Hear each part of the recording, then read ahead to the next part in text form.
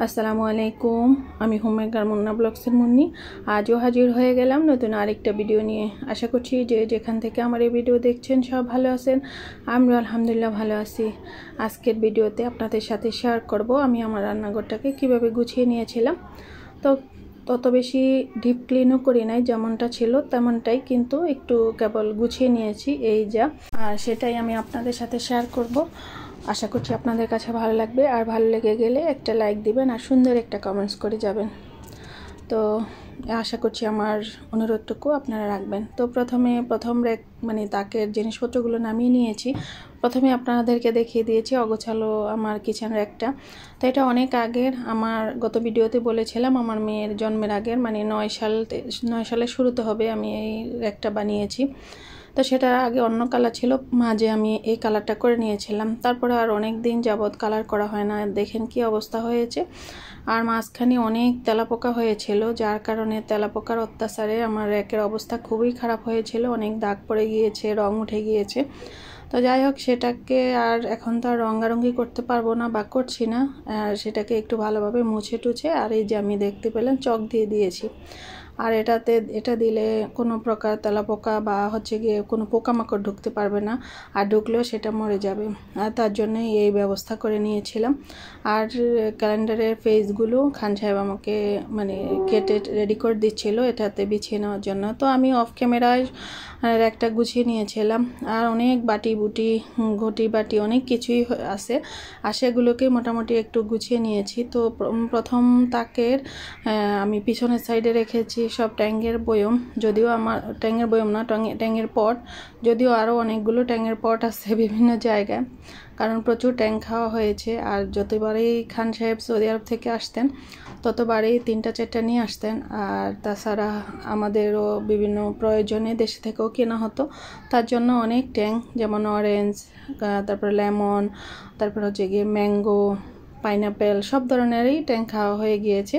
তো সেগুলি পটগুলো রেখে দিয়েছি, বিভিন্ন কাজে ব্যবহার করা হয়। মাঝে মাঝে যদি বাড়তি কোনো বাজার নিয়ে আসে তাহলে এটার মধ্যে রেখে দেই আর কি।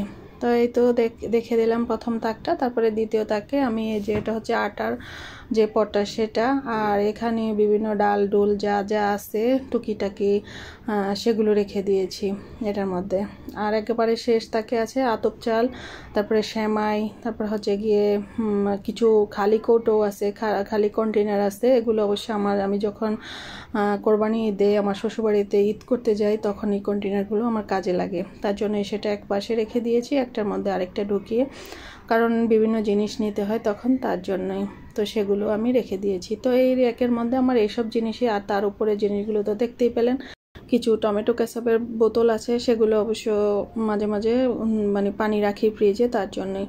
আর কিছু ট্রে আছে যেগুলো আমি সব সময় ব্যবহার করি। আর গিয়ে কিছু চালনি, সেগুলো অবশ্য ঢাকনা, তরকারি বা বিভিন্ন জিনিসে ঢেকে রাখার জন্য ব্যবহার করা হয়, তার জন্য সেগুলো সেখানে রেখে দিয়েছি। আর এই যে র্যাকটা, এটা কিন্তু আমি নতুন কিনেছি, আপনাদের সাথে একবার শেয়ার করেছিলাম, আর বিভিন্ন ভিডিওতে হয়তো বা একটু একটু করে দেখিয়েছি।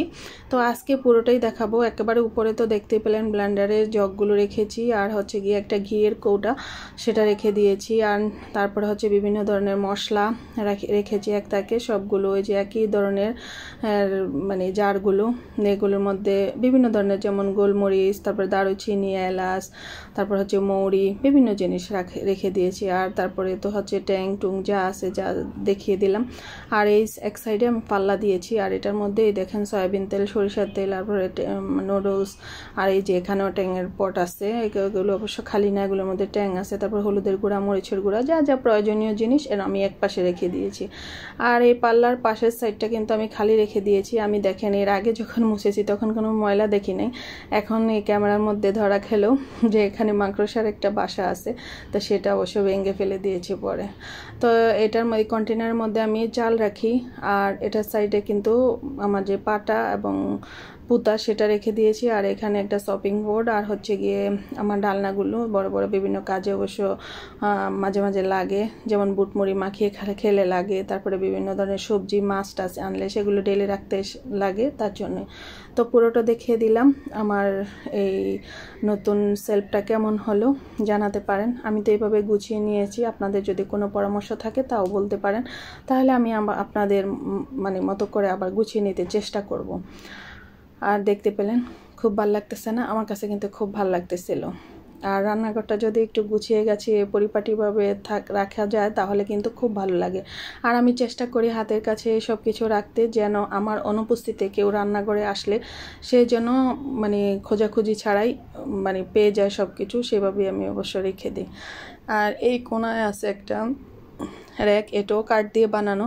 তো এটার উপরে তাকে চায়ের সব সরঞ্জাম আছে, যেমন চা, চিনি, দুধ, তারপরে হচ্ছে গিয়ে কফি, এগুলো রাখি। আর একটা ক্যাকটাস আছে একটু সৌন্দর্য বাড়ানোর জন্য। আর হচ্ছে গিয়ে আমি আমার যে হাতা খুন্তি সেগুলোর একটা হোল্ডার রেখেছি। তারপরে বিভিন্ন ধরনের মশলা রেখেছি মাঝখানে। আর এখানে লবণের 2টা পট, একটা দিয়ে মাছ ধুই আর একটা হচ্ছে গিয়ে আমি তরকারি রান্না করি। তারপরে তো হচ্ছে তেল, তারপরে মশলার একটা মশলাদানি, মশলা বলতে হলুদ মরিচের একটা মশলাদানি, তারপর তো গ্যাসের চুলাটা। আর এই পাশে একটা ছোট্ট সিঙ্ক, যদিও রান্নাঘরে পর্যাপ্ত জায়গা আছে কিন্তু সিঙ্ক এরিয়াটা আমার একদম পছন্দ না। তারপরেও কিছু করার নাই, এটা একটা ভাড়া বাসা। আর ভাড়া বাসা যার বাসা তিনি তো তার পছন্দ মতোই করেছেন, এই আর কি। আর রান্নাঘরে 2টা তাকও আছে। তো একটাতে যেগুলো একেবারে আমার প্রয়োজন পড়ে না সেগুলো একেবারে উপরের তাকে রেখে দিয়েছি। তারপরে এই পাতিলগুলো মাঝে মাঝে আমার কাজে লাগে, তার জন্য এগুলো এখানে রেখে দিলাম। প্রথমে তো আমি ভিতরের অংশটুকু দেখিয়ে দিচ্ছি। তো এবার বাইরে থেকে ভিতরে ঢুকতে গেলে কেমন সেটা আপনাদেরকে দেখাচ্ছি। তো দরজার কাছে একটা মানি প্ল্যান্ট রেখেছি, দেখছেন গাছটা কিন্তু খুব সুন্দরভাবে উঠেছে, আমার কাছে তো খুব ভালো লাগে। তো এর ঢুকতেই হাতের ডান পাশে সুইচ বোর্ড, এখানেই আমার একটা টেবিল পেতে নিয়েছি। তো এই টেবিলের উপরে আমি আমার ব্লেন্ডারটা রেখেছি, আর এই যে উপরে কিছু টুকিটাকি জিনিসপত্র রেখে দিয়েছি। আর নিচে কিন্তু যে পানি ফুটাই সেই কলস, বাতের টিকা টুকা সেটা রেখেছি। আর এই যে সিঙ্কের যে উপরে লাল ঢাকনাটা, এটা অবশ্যই আমি ওই টেবিলটার উপরে রেখে তারপর মাজা ঘষা করি। আর ওই যে উপরে আমি একটা মানে ঝুড়ি বেঁধে নিয়েছি থালা প্লেটগুলো পানি ঝরানোর জন্য।